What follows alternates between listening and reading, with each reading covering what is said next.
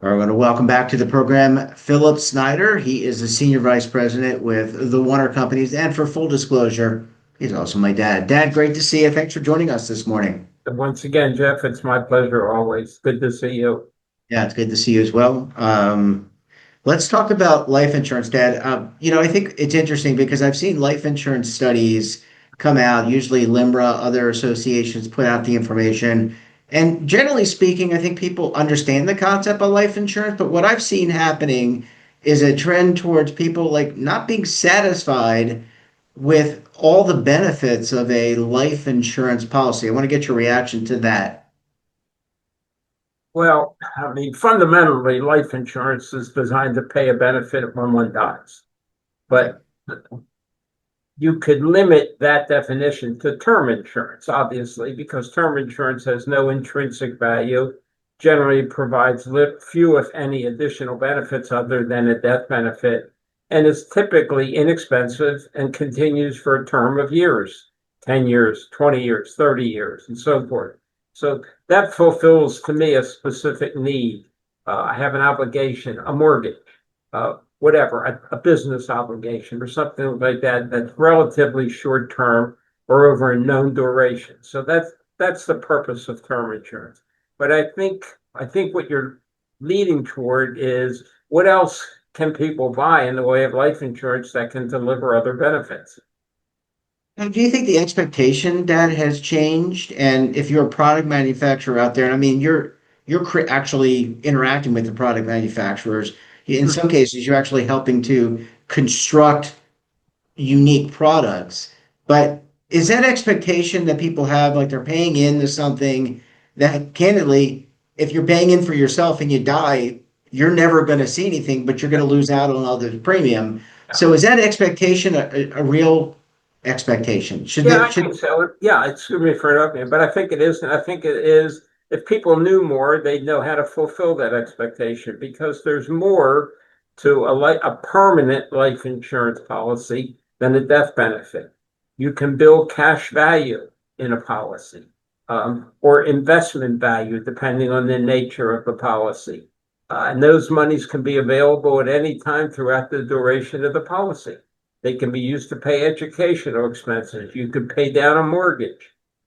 You could take a vacation with those funds, or you can use them to supplement your retirement. They're just money sitting in a policy. The advantage to creating cash in a life insurance policy is the growth on that money. In effect, the earnings on that money is not taxable so long as the money stays in the policy.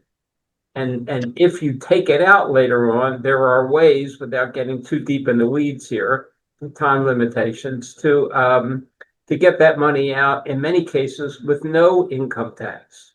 Can't get it all out without income tax, but you can get a large percentage out via withdrawals and or loans from the insurance policy. So there are ways to create value in a favorable basis, in effect, create a separate asset class, as it were.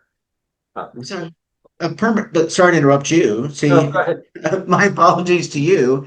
I think we kind of did it to each other. 'Cause we're both excited here. But with permanent life insurance, it's almost analogous to like a 401k or a retirement plan where you're putting money away, and then there's certain reasons you can get it out early, some of it without tax penalties, et cetera.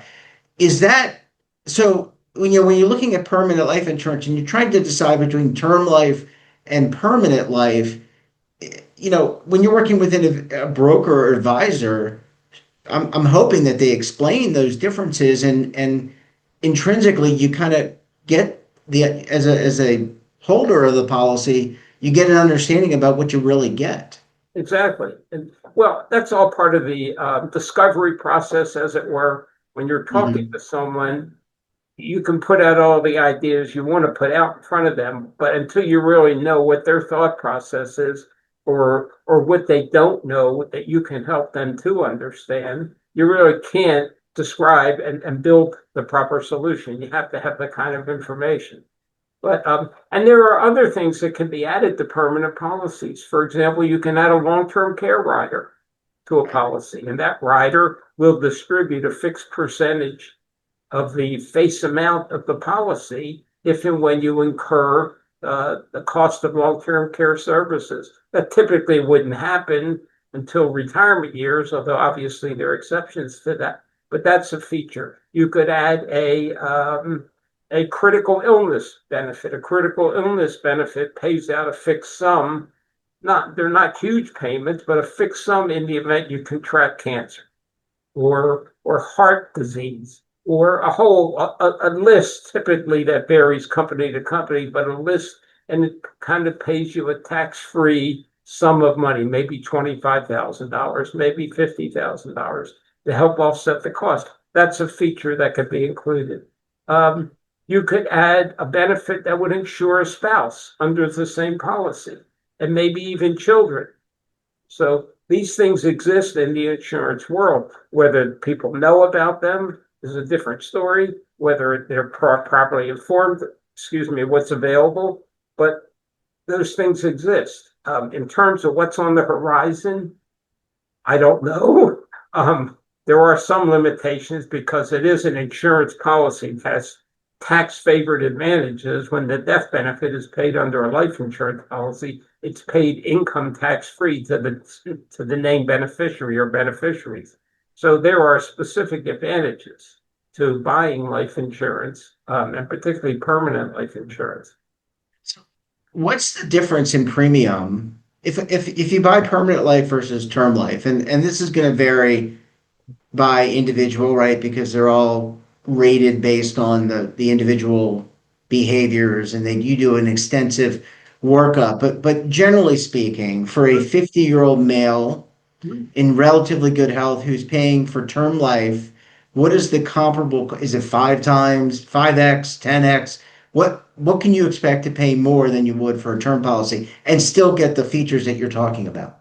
Probably 5 to 10x is a good estimate, probably something greater than five, maybe closer to 10. Because remember, a permanent policy is permanent. You can keep it until death. Yet just have to make sure you're funding it properly and it works. A term policy runs out.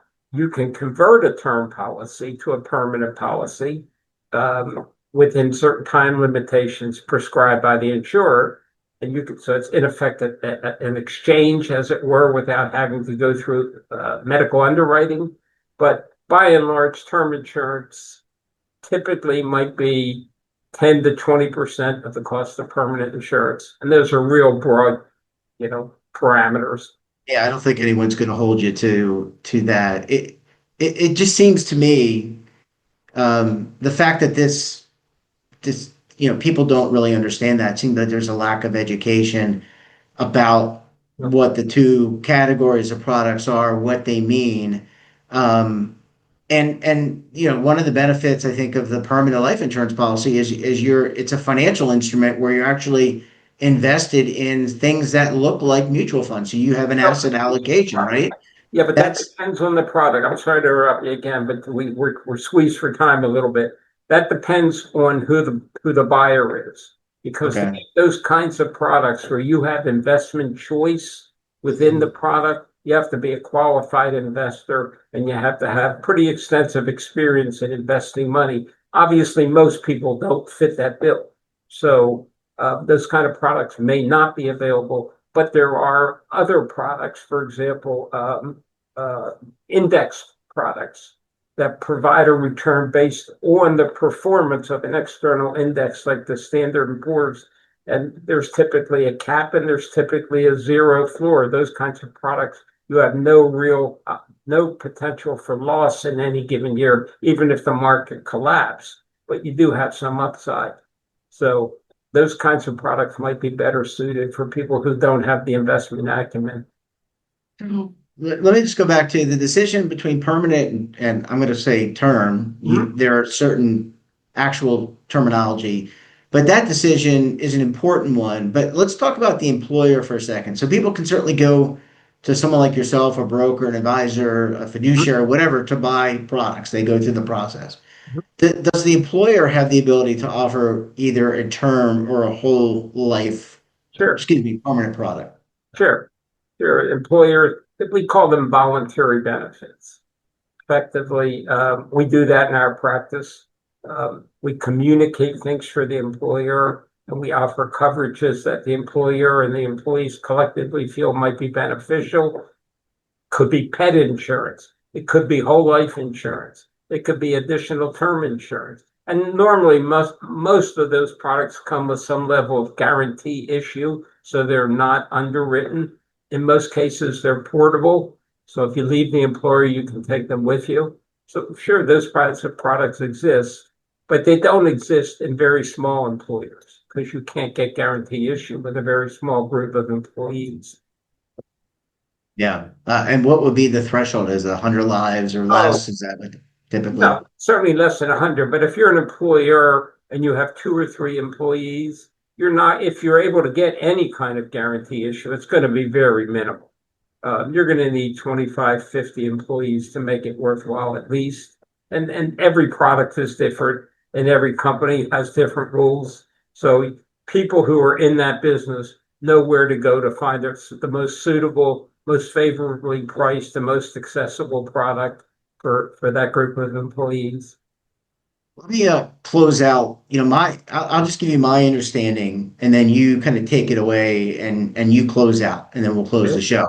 Okay. So the way I think of term life is a way to mitigate risk, meaning I'm going to pay in if I have a loved one, a spouse, children, cats, responsibilities. I'm paying premium. I'm going to get something back if I pass away. So I'm mitigating the risk. The way I think about permanent life insurance, though, it's mitigating risk, but it's also building, it's an investment. So it's an instrument that I can build a cash value with, and that may be in addition to or above the premiums that I pay. And therefore, it's not only a risk mitigation strategy, it's also a investment strategy. I'll let you close out the show, Dad. But generally, I say term insurance is a death benefit only for the most part.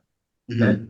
And so if you need a death benefit and you want to spend as little as you can or need to or have the ability, then you buy term insurance. There's nothing wrong with it because you're covering things that the lost income and lost future assets that you would have otherwise accrued during your working lifetime will be replaced by the life insurance. Certainly everybody would try and pay for their home and their education if they live, but if you don't, you create the funds for that. Permanent insurance offers a much broader array of choices. Doesn't mean it's perfect for everyone. And then you have to be somewhat knowledgeable or work with someone who is knowledgeable to figure out what's the right type of product for you. Yeah. Because there are various products. Yeah. Well, Dad, we're going to have to leave it there. Obviously, we didn't get through the different product sets. Maybe next time we'll do that. I don't know. There's lots of things that always come up in the life insurance world. Great to see you as always. Thanks for joining us, and we look forward to having you back again very soon. My pleasure. Take care. Have a good afternoon.